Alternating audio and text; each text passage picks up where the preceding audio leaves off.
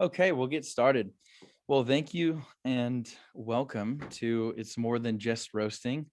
Really appreciate everybody showing up. It's always great to see people coming from all corners of the earth. It's already an exciting chat we got going on there. As we go along, please feel free to shout out whatever you'd like in the chat. Let us know where you're coming from. Please ask any questions. It is highly encouraged. And at the end of this, we will be taking questions. So please throw those in there as we go along. So just to preface what the reason why we call this It's More Than Just Roasting. And when I say we, Nick Rozental and myself, I work for Cropster. Nick is a partner of ours and a consultant as well, coffee consultant.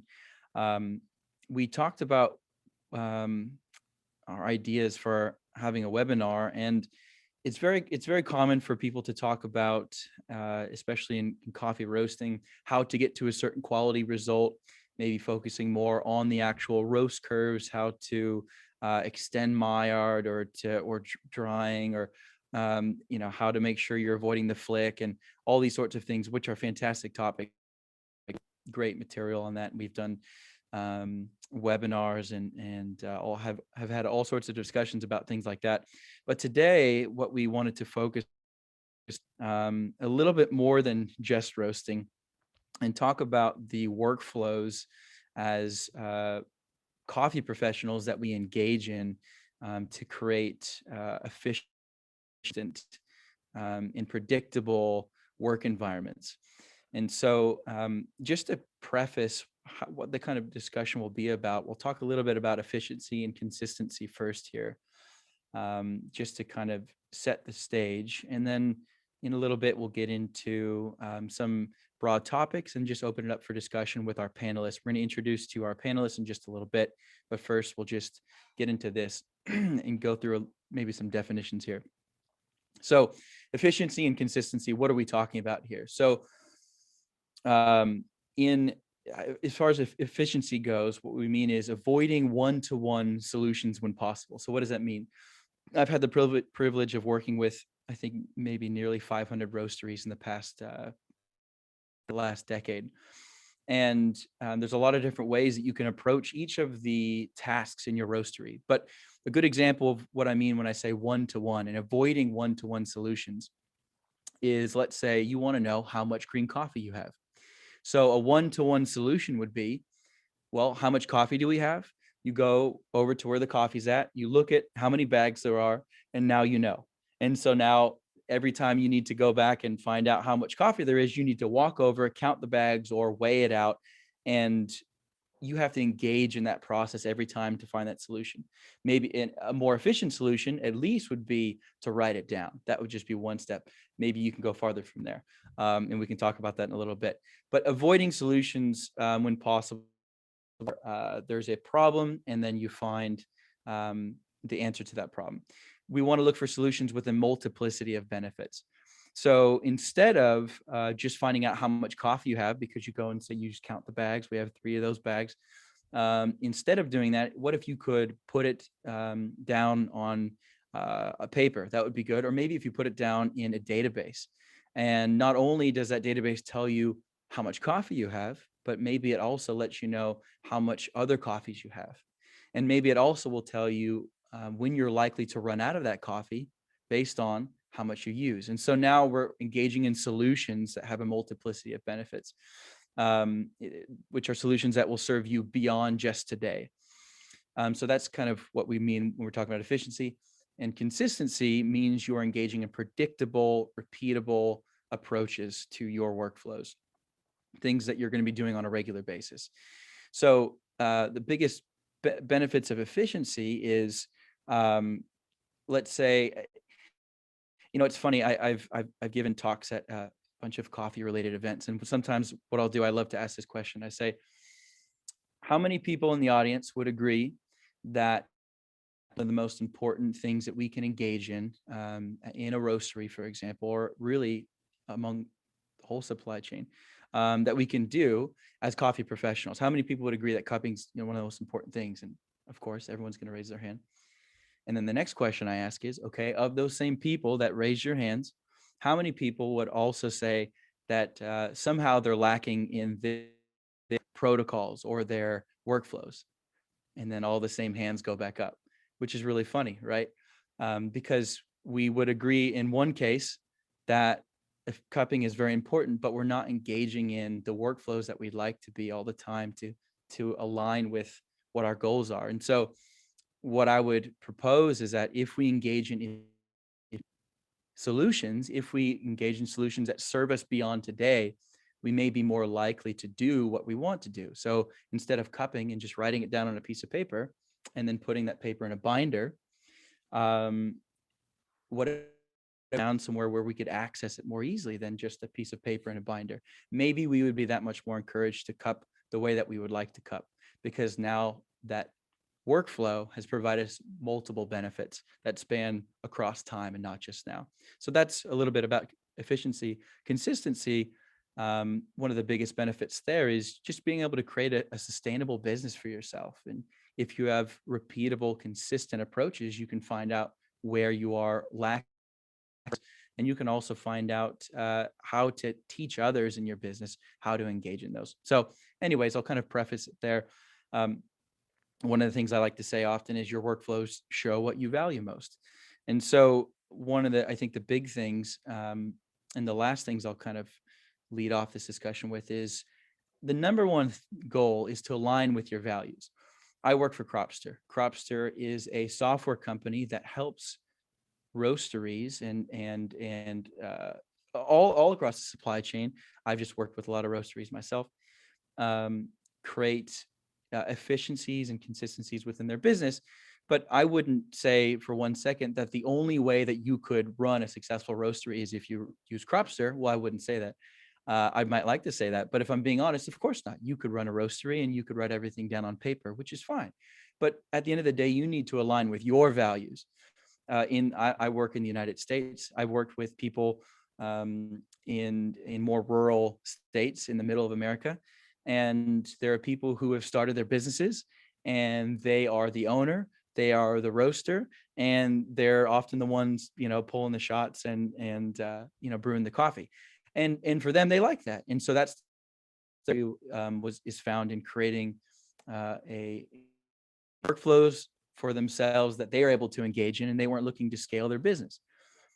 If, however, you're saying you would like to grow your business, you would like to scale your business, you would like to be hiring more people, and not the one doing everything, then your workflow should align with your future goals and your values. And so looking at all the different options out there as far as solutions is going to be the best way for you to align yourself with your values. So are you looking to be the best roaster there ever was? If you're looking to be just doing your thing and running a sustainable business, whatever it is, I think one of the goals for today is to help provide you, hopefully with this fantastic panel that we have, just to provide you with some ideas on how you can align yourself with your values, and to show you some workflows that can help you out along. So anyways, I'll leave it there, and I'll get off my soapbox, as they say. But I'd love to introduce to you guys to Nick. And Nick, if you want to tell everybody who the rest of the panelists we have on here, that would be awesome. Great. Thank you so much, Taylor. We've got a great panel today. We've got Edo from Hungry Bird, Bali, Stefan from Two Hands Full, Bandung, Yesi, Common Ground in Jakarta, Michael in Bandung, and also Andrew in Jakarta as well. I say it's a great panel because all of them are coming from different background. They've all had to adjust to COVID, roasting maybe differently, adapting their business, adapting their workflow. And I think everyone can actually provide some good feedback today on the presentation. So thank you everyone for joining. Awesome. Cool. So the first topic that we're just going to open for discussion here is getting new coffees and sourcing coffee. So I'd love anybody to chime in here, but one of the things that I know roasters I guess it can be a blessing and a curse, is getting in new samples from different places. And I know sometimes that can be an overwhelming process because you're so caught up in your workflows and in what you have to do to meet the needs of your customers that it's hard sometimes to try out new coffees. So yeah, I would love if anybody wanted to share things that they've engaged in that have helped them along the way in that process.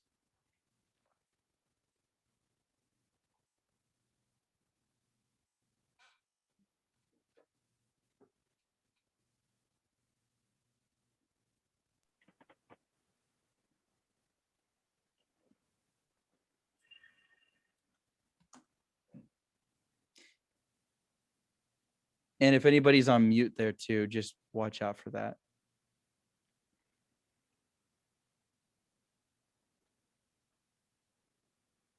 So hi, Taylor. I think I can take the answer. Awesome. So for common grounds, right? We do have a lot of sample coming in. Sourcing coffee is also hard during COVID, especially. But then we try to keep up with that. People start sending a lot of samples since I think early this year. So what we do here is, of course, we want to keep our workflow, still ongoing. And then we have our roasters roasting for our productions, but then we have a separate team for sampling and also for QC. So what we do is usually we gather the samples and then we pick the green beans. We check the green beans whether it will fit our needs. And then by then you will obviously separate those that you might not fit for your roastery, because then each roastery has their own standards and quality they have to meet, whether it's for specialty or commercial use. So that's what we do at first. And then we have a separate team and roasters. I don't roast myself. I have a roaster for our productions, but then I can help to roast for samples. So that will do.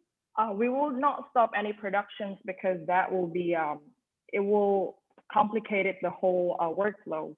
So I would roast the samples and then we will gather everyone to do QC and check whether this coffee will fit for our future uses, whether it's for our retail store or whether it's for our clients and also for commercial clients. We have both commercials and specialty lines here in Common Grounds. And I think if you like to try sourcing your own coffee, it will be a great help if you do this step. So first you have to separate the samples, whether you want to use it for commercials or for specialty.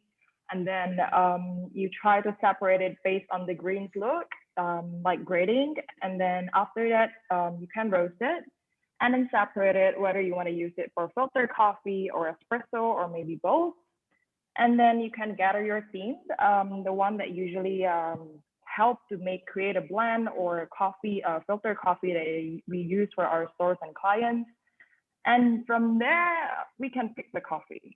I guess that's what we do here at Common Ground to help the whole process. And maybe the rest have their own way and workflow and receiving samples that can share about that. Thanks. Yeah, thanks so much for sharing. Yes, quick question for you. For us, what? I was going to ask a question for Yessi. How do you guys keep track of all your samples?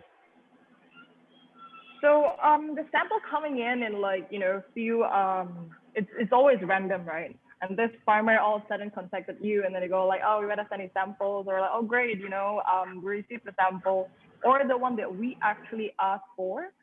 And then there will be another farmer to send samples without you knowing. And then at the you only know I come into my office and then it's on my table or on Yanto's table or whoever's table. And what we do is usually we will check the one that we asked for, and then we make a list, which one that we actually need for future use. We usually have a plan for our retail store. It will come in like half a year plan. So we do like, filter coffee plan and then espresso, any new launches, and then we will work from there. And as for all of other samples that we are not planning to use yet, we will just make a list and then roast it, cupped it, and see if we can actually add it to our plan. So first we'll stick to our plan first, and then after that, the next one. So that's what we do here. If not, it will be too much coffee and too complicated for us to actually separate. That's what we do here. How about you, Drew? I'm sure you receive a lot of samples too. Yeah. Hello, guys. So I just want to adding some point about the sourcing. It's about so we can keep the data of the samples, and when we decide to take the coffee, and we can compare the lot that arrive to the sample that we get. So I think here is very easy to track the history of coffee for me.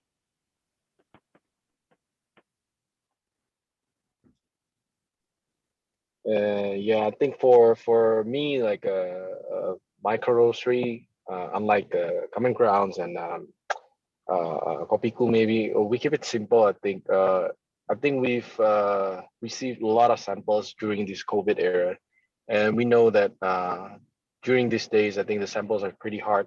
The crops are pretty hard in quality, I think, because they lack the time to dry the beans and everything. So we keep it simple. We just check the physical quality first, especially the moisture density and stuff. Then if it's on point, then we will cup it, and we cup it blind so we can keep it fair, you know. So we don't because I think I learned it the hard way this year. Whether we know the people, the farmer, or we don't know the people, I think we have to keep it right and just. We just need to cup it, sample and cup it. There's also another thing to it. I agree with Andrew that sometimes we have to put away our preferences in terms of people, or like we have to cup the coffee fairly. But then also sometimes with common grounds we have a problem with we cup the coffee and then we like it, but then the volume doesn't meet what we expect. So that's another thing to add. Usually we check first with the farmer if, let's say we know we want this origin, or we know we want this coffee. So we check with the farmer the availability, or maybe, if it's a new sample for a coming harvest, usually they will have a lot of it, but then sometimes they only have, a bag or two left, and then we can't use it for what we're supposed to use it for. So what we do is usually, we check either the price or the volume before we decide on whether we will use this coffee or not, or we will cup it with, make it a priority. We will still cup it, but there's a priority that we have to follow so that, it doesn't actually make things move slower. That's what we do too here. Yeah, that's the thing that I forgot. Sometimes we like it, but sometimes it's not enough. Yeah, it's right? good, but then they don't have it. It's good. Yeah, and they only have like 100, 200 kilos, and that's not enough for us to do production, I think. Usually for us in Hungry Bird, if the quantity doesn't match, then if the quantity is too small, for example, then we try the green beans and see if we can sell it as a filter. Then maybe we can use that green beans. So we kind of separate it that way too. So, and then, because Indonesian is actually producing country as well, it's really complicated with the samples, because sometimes the samples are different than the actual lot. So yeah, there's a lot of thinking behind it basically. So is there any new roasters maybe in Indonesia? I guess you have to be really careful in this business, because you can get easily burned, like really easy, especially if you're sourcing locally from Indonesia. Yeah, I think you're very experienced with that, Edo.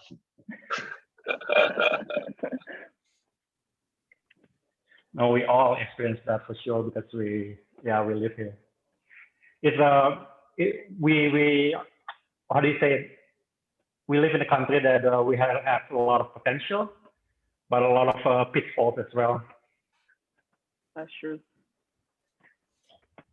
As far as the actual, let's say, organization or recording of, let's say, you get a coffee, you're trying it out, you want to see if it's going to work for your business.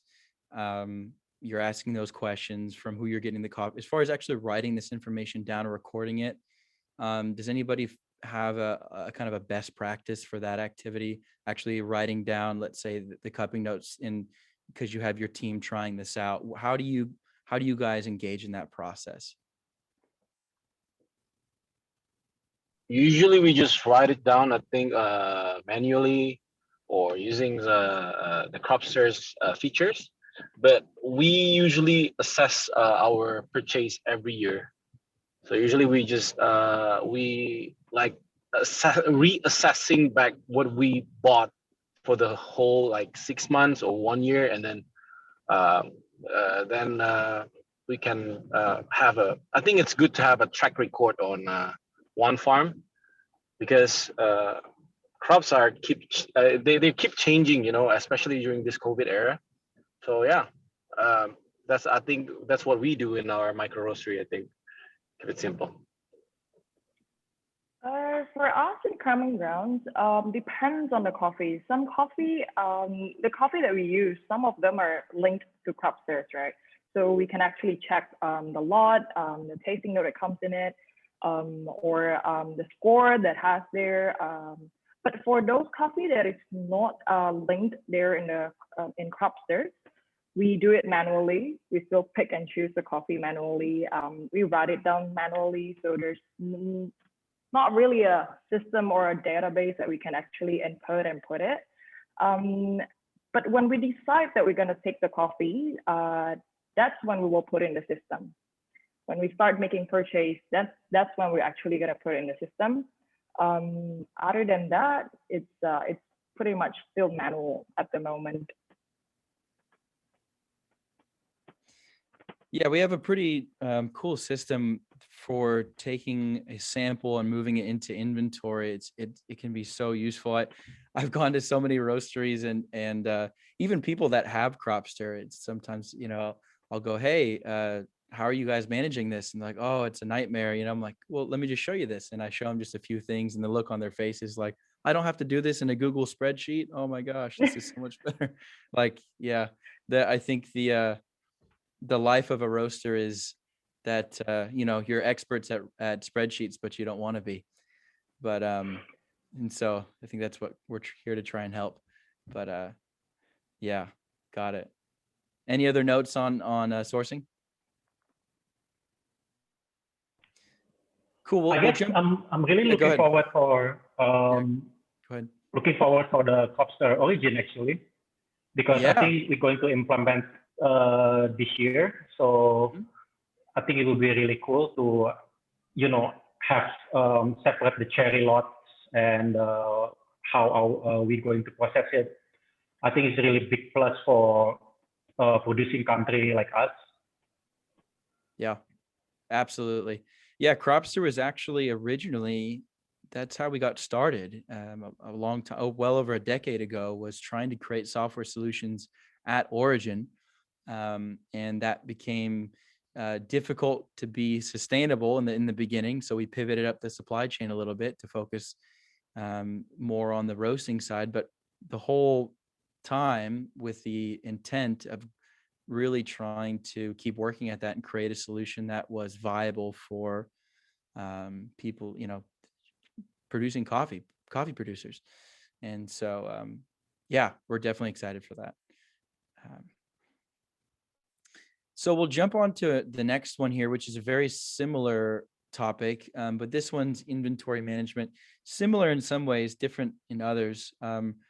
This is another one that really can be such a take so much time. I've also gone to many roasteries where a lot of people at the end of the week, they need to make sure that that they've inventory, and if it's just written all down on paper, it can be difficult. But obviously spreadsheets are better than that, and we'd like to think our solution's better than that. But yeah, does anybody want to comment on this one? I know there's so many different ways that typically run their inventory, but as far as in a production setting, but any key tips or advice anybody want to share about their processes? When it comes to inventory, right, I think you can say that it's almost everything that you do in the roastery. Everything revolves in this. Every day you have to do inventory, and it's a headache. Even though we use the system, we still have to do it ourselves. Like we have to put in the data, what we purchase, or like what we roast today. We still have to do it. And a lot of people, I think even our staff here, we still make mistakes. Like the most common one is when you actually say, oh, I can do it later. Oh yeah, okay, I remember this, and then I will do it later, and then later is later, and then you forget. And when you look at your stock at the end of the month, we do inventory every month, right? When you look at the stock every month, then you realize you're missing one roast, or like, and then you have to trace back. Oh, did I roast this? Oh, do we actually put this out for samples, or do you actually send this to other people, or where is it gone? Like this is usually the mistakes that we make here. So I think in terms of inventory, we are pretty lucky here to be able to hire our own team to do that. We only recently have a separate team to do inventory.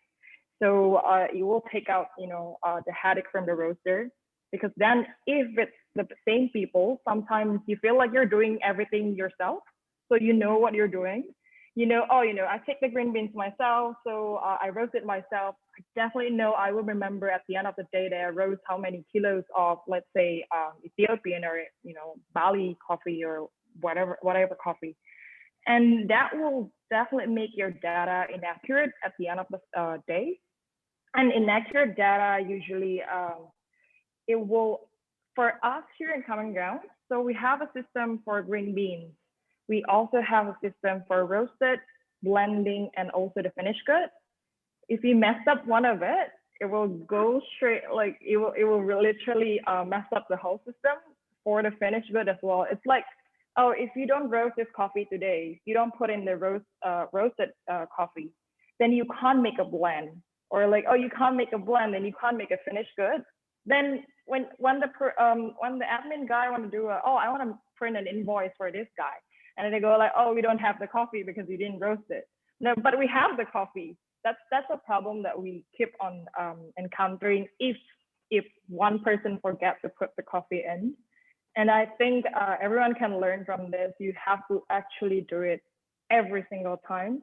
If you have to input the data, whatever system that you're using, it's still like, have to manually put it in yourself.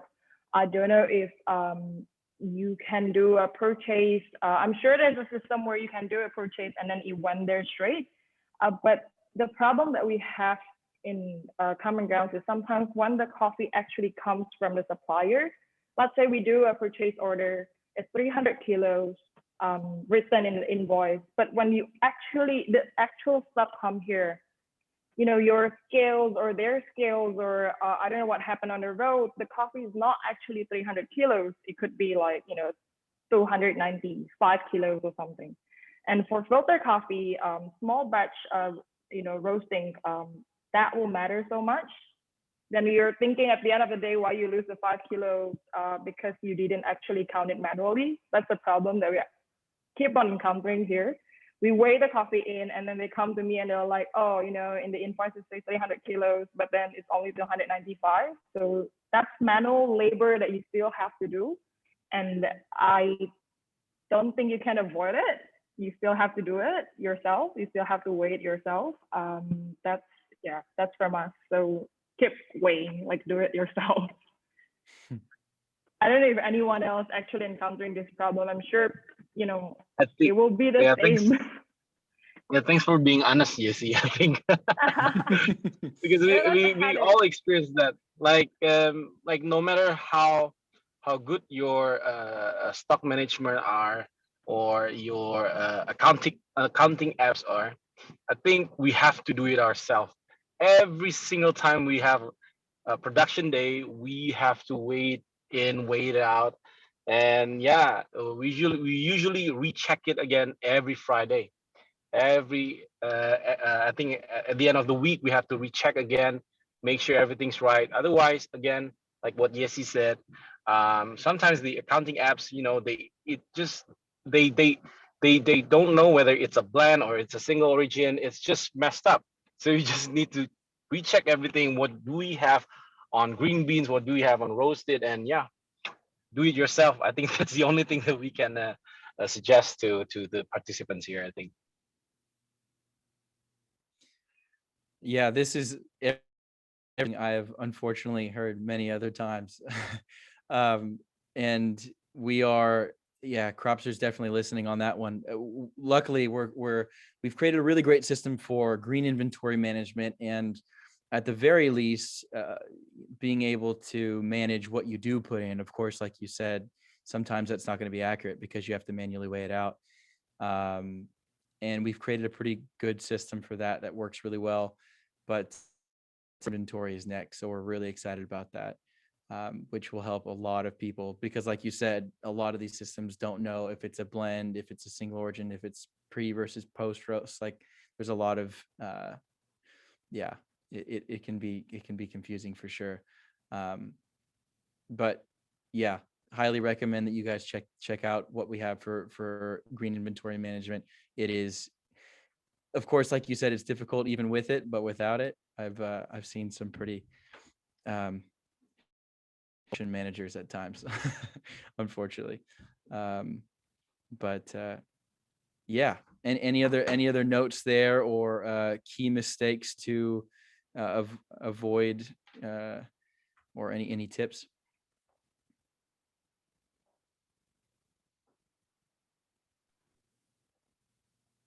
Cool. We'll jump on to the next one. So our next topic here is also very similar, but still different. Production planning. This is one we at Cropster we created a tool called the Roast Scheduler, and getting to talk with the people that beta tested that, and them reporting that they were saving even 45 minutes a day with using a tool that helped them even do the math behind this, behind that, the planning really helped them. But love to hear what you guys do for production planning. I know for some people it's roasting to a certain par. For some people it's roasting to order. And yeah, I'd love to hear what you guys do, and any advice you have for people getting newer, just getting into it.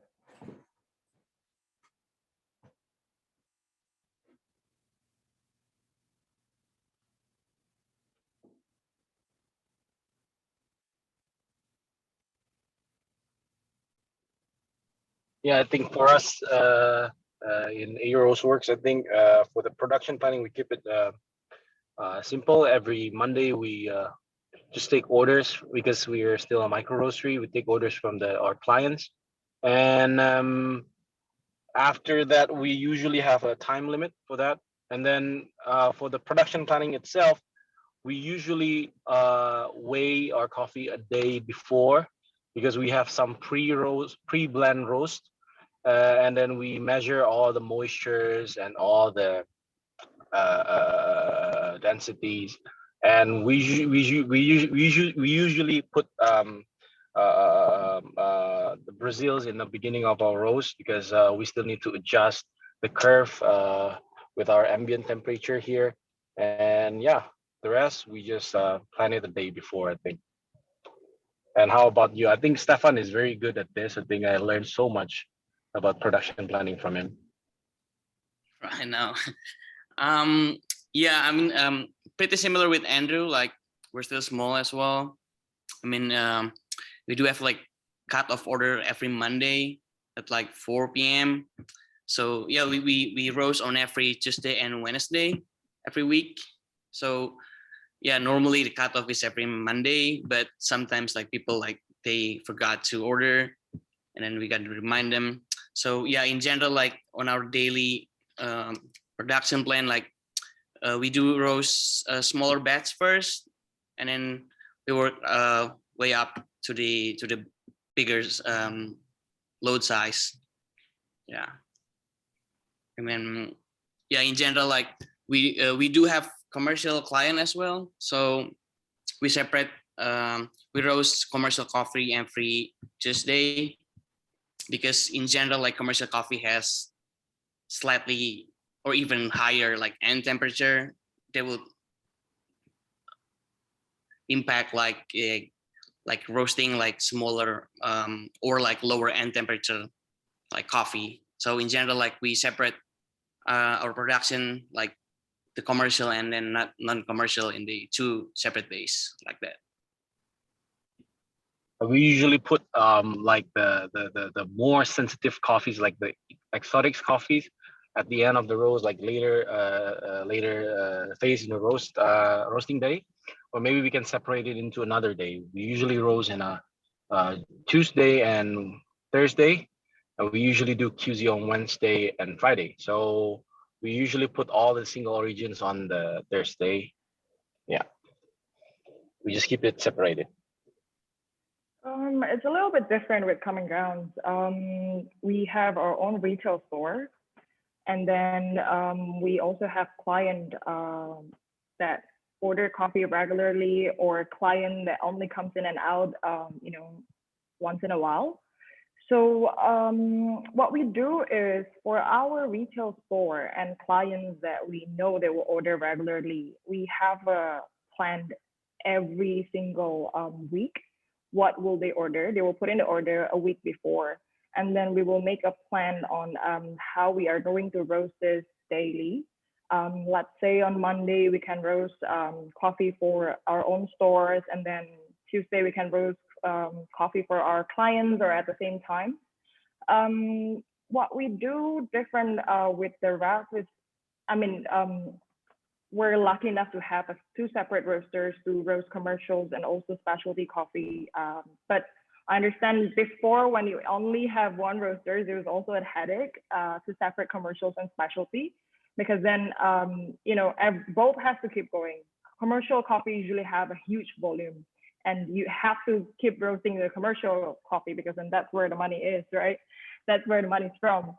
And specialty coffee, we want to have a separate day as well before, when we only have one roasters. But now we have one roaster that will run every day to roast for specialty coffee.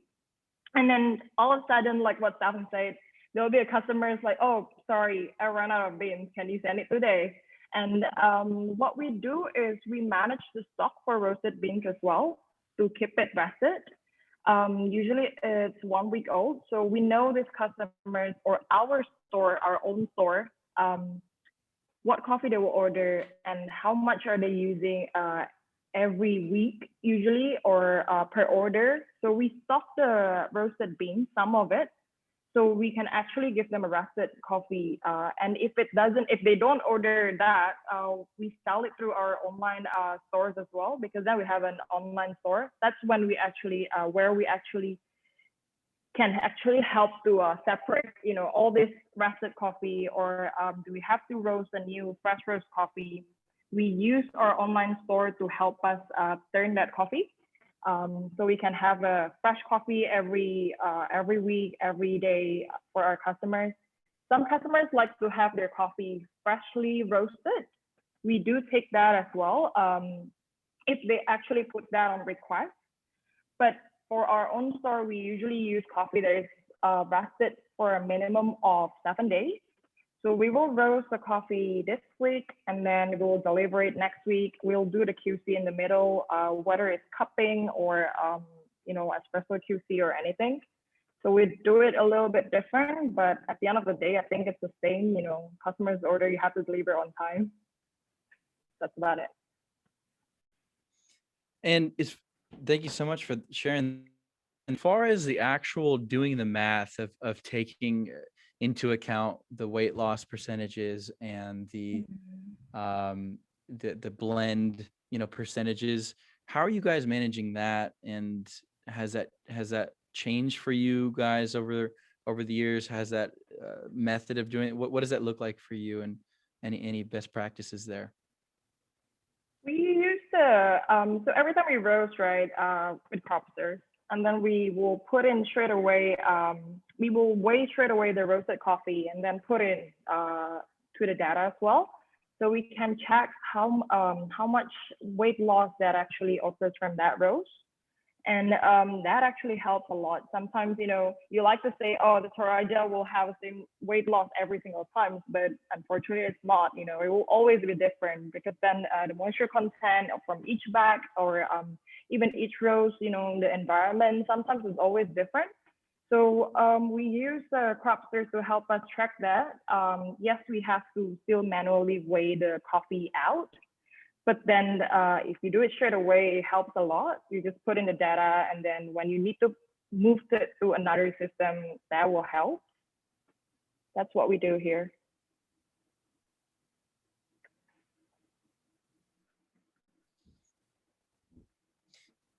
Cool. We can jump on to our last topic. Thank you so much for sharing, everybody. And this one, I'd love if everybody chimed in on this one. I think it's a really interesting question, and we're jumping onto quality control. And at first, we'll just focus on cupping. I think it's always interesting to see how each business does this. So what I'll ask first is, how often are you cupping, and how many people participate in that? And for those who have a retail shop, are your baristas, are your roasters just, the person roasting just participating in that? Are you getting feedback during that, during the kind of dialing in phase from your barista, and sending that back to the roaster? How does that process work for you guys, if you guys can all go through that?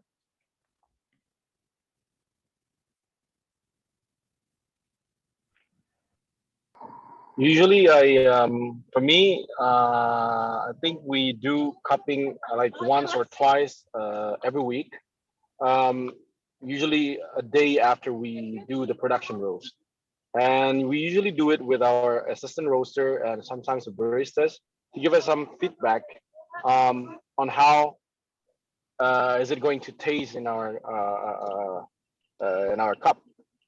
Luckily, we have 3 stores, and our crop are pretty much the same up until today.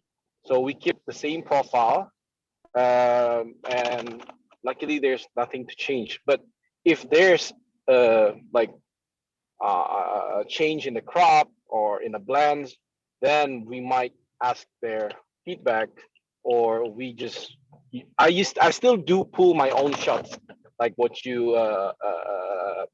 mentioned earlier.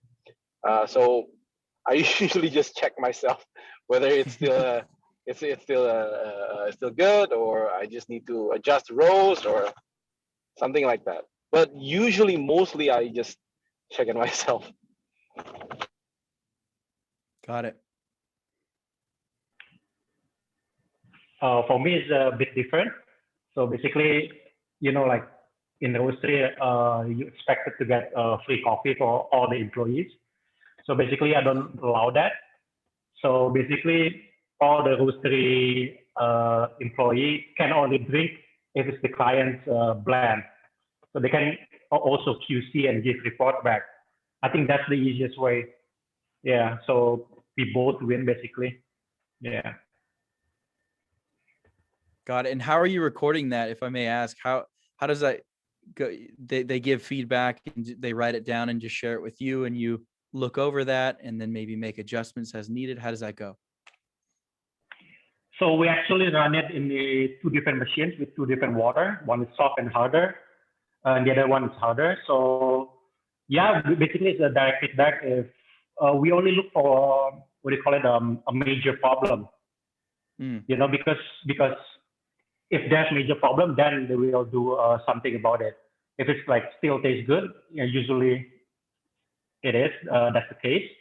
So yeah, that's how we do it actually. Yeah, it's really simple. Just keep doing that every day, and then I think it works for us. Yeah.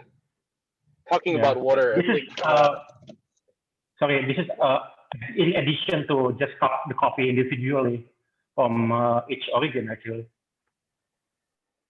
Yeah. I agree. In common grounds, we do it a bit different. I mean, everyone will do QCs and check on the roast defects or not. So what we do, the step is usually we roast the coffee and then we check the curve from Cropster, whether the curve is consistently the same or not. And we also check the external color, if it's the same or not, the one that we desire. Then next one is we do QC by cupping. The way we record it, this is a very honest one. Sometimes we use the Cropsters one, but when we don't have the time, then we can't actually put it, the number, the 1, 2, 3, 2.5, and all the tasting notes that comes in the cupping. But after that, if there's no roast defect or nothing that comes out from the cupping session, we will either pull the shot if it's roasted coffee for espresso, or we will brew the coffee if it's for filter coffee in the stores. So we separate those two. And also in our store, every day the barista will do calibrations in the morning, and we have a WhatsApp group that allows them to send all of their calibrations every day, including their water TDS, their extraction that they pull from the espresso or the filter that they make. And from there, the QC team will check with their QC, the quality control that they check before we send the coffee to the store. The shots that we pull, is it the same character from what they're explaining? So we train our barista to do that as well. That's what we do here. And sometimes, there's always a problem with a different water, different TDS water, or like different roasted in the store. Some store maybe move faster, and then some store move slower. Our clients sometimes have a problem, and then they go back to us and like, oh, the coffee tasted good in the first week, and then now it's the second month already. How should we do this? So we keep some of the coffee for us to check in the future and help them with their calibration. We keep the coffee, maybe the max is around 1 month from where we roast the coffee. And then if we have a client come back to us, say that, oh, can you help me with the calibrations for this roast date? And then we will try to help if we still have the coffee. If not, if it's possible for us to go there, then we'll go there. If it's not possible, then we'll try to walk them through phones or WhatsApp. That's what we do here. Thanks for sharing. Yeah, I think it's my roastery is not much different with common ground. We usually keep like samples, and if something happened, then we will just take the samples and start to brew the coffee. And we keep it like 2 months for the samples. Yeah, I think action curves and cupping notes, I think, are the most important thing. But talking about water, like what Edo just mentioned, I think it is. I think half of our customers, our clients, are pretty much home brewers. So ever since last year, I think we already changed our water, even though we're using a filtered water in our roasteries. But in order to adjust to our customers, most of the home brewers, we use the best commercial water that we could find here. I wouldn't say the brand, but yeah, we keep it in order to have the same language as the home brewers or the home users. We usually doing our QC with this A brand, for example.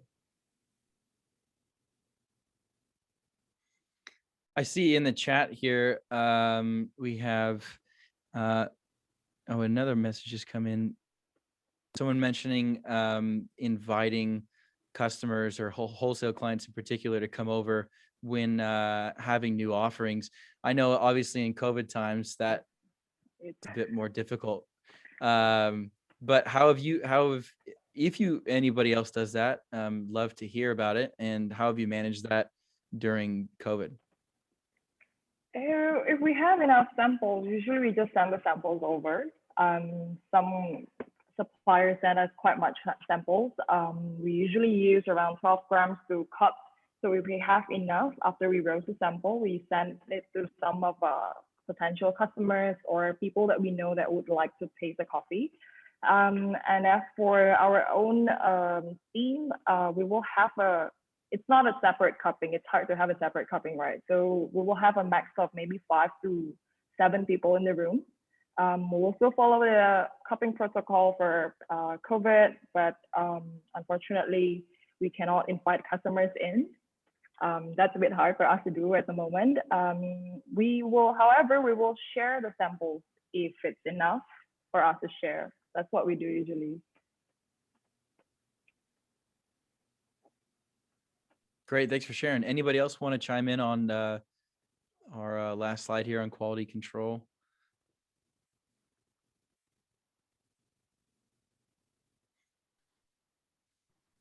Yeah, I mean, at Two Hands Full, like we pretty much do basically the same with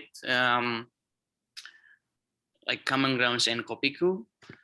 Like we do quality control by curves and then the acturn and then cupping. And then also there's one comment actually in the chat. Lutfi said like cupping is only for new coffees and profiling. I would somewhat agree with that because for coffee that was roasted like pretty identically, we will skip that. We will not cup that, but we will keep the extra and keep it for like a month just in case like there's a complaints from our clients. And then we do have this protocol of brewing and cupping. So we use this dripper that's really basic. It's not that percolation brewing. We use this switch, Hario switch. It's pretty much like cupping, but it's much more. It has more flavor clarity. But yeah, we do brew all coffee using that brewing method. So yeah, it's much more real compared to the actual like what customers might perceive or like taste like that. Yeah, and I like the question that just came in too, and maybe we can end this chat with answering this one. I really like that. I think this is also an interesting one. Question is, are you following SCA production cupping protocols, or do you have your own cupping protocols? And if so, what did those look like? And also in the question they're asking about grind size and etc. Anybody want to go through that? It'd be cool if maybe everybody can go through that real quick. Yeah, our cupping is based on the ACA protocol. That's for sure. Basically, what we cup is the flavor and everything. But by changing the lot, we also like cupping again and try to compare the last lot and the current lot. That's what we do. And yeah, sometimes if the order come for the espresso, we just also go to the espresso machine and brew the shot. What we do in Common Grounds is, to be honest, the SCA protocol is it comes with a lot of things to see and to fill in if you actually use the form. So what we usually do is actually the one in the Cropster. It is slightly more simple than the one from SCA, and I think it covers just enough for our production. We use that and it's been okay. Also, regarding the grind size and the ratios, what we do at Common Grounds is 12 grams in, and then just the whole cupping bowl. It's like, I think it's around 200 to 250 water. It's boiling water, hot water. While as grind size, I'm sure every grinder has a different number or a different size, but it's around, it's the size that we will use for 360 as well. Like dripper coffee, it's medium to coarse grind size. If I mention a number, I think all grinder will have a different grind size. That's what we do here. SCA protocols is we will use that protocol for certain coffee if we have the times allows, or people actually ask us to fill that form, we will do it. But day-to-day production, unfortunately, it's quite hard to actually cup based on SCA protocol. The form is just too much. It's it's a lot to fill in. That's what we do. Yep. The Cropster one. Thanks. Honesty. I have to be honest here. We appreciate it. Thank you. And we appreciate the Cropster love. Thank you.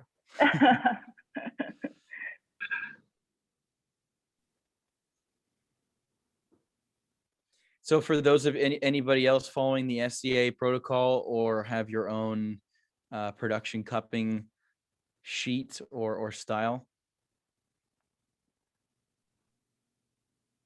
Yeah, at 2 hands full, like we do different ratio than the SCA will suggest. If I'm not mistaken, SCA will suggest like 8.25 grams per 150. If I'm not mistaken, yeah. We use like a tighter ratio. We use 1:16.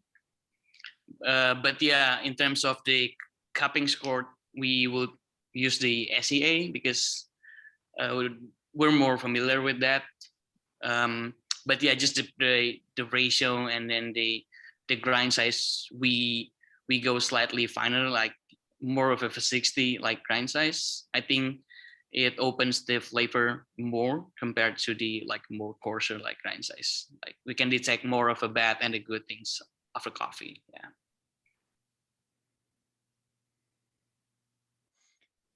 And Ours I think in Ray Roasters, I think pretty much the same with Stefan, but we are using a tighter ratio. I think, maybe it's the same, like 115 to 116, I think. Because most are, again, we're dealing with a lot of homebrewers. We're selling a lot of filters. So we keep it, we want to use the filter grind size in our QC. So we can have a better flavor clarity, more flavors open in our cup. That's what we're aiming on our QC. But yeah, again, we cannot use the ACS standard in our cupping protocol or QC control. QC protocol, sorry.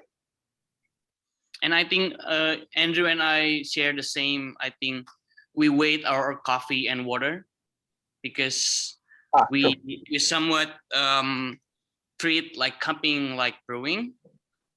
Like in brewing, like 5 grams would matter.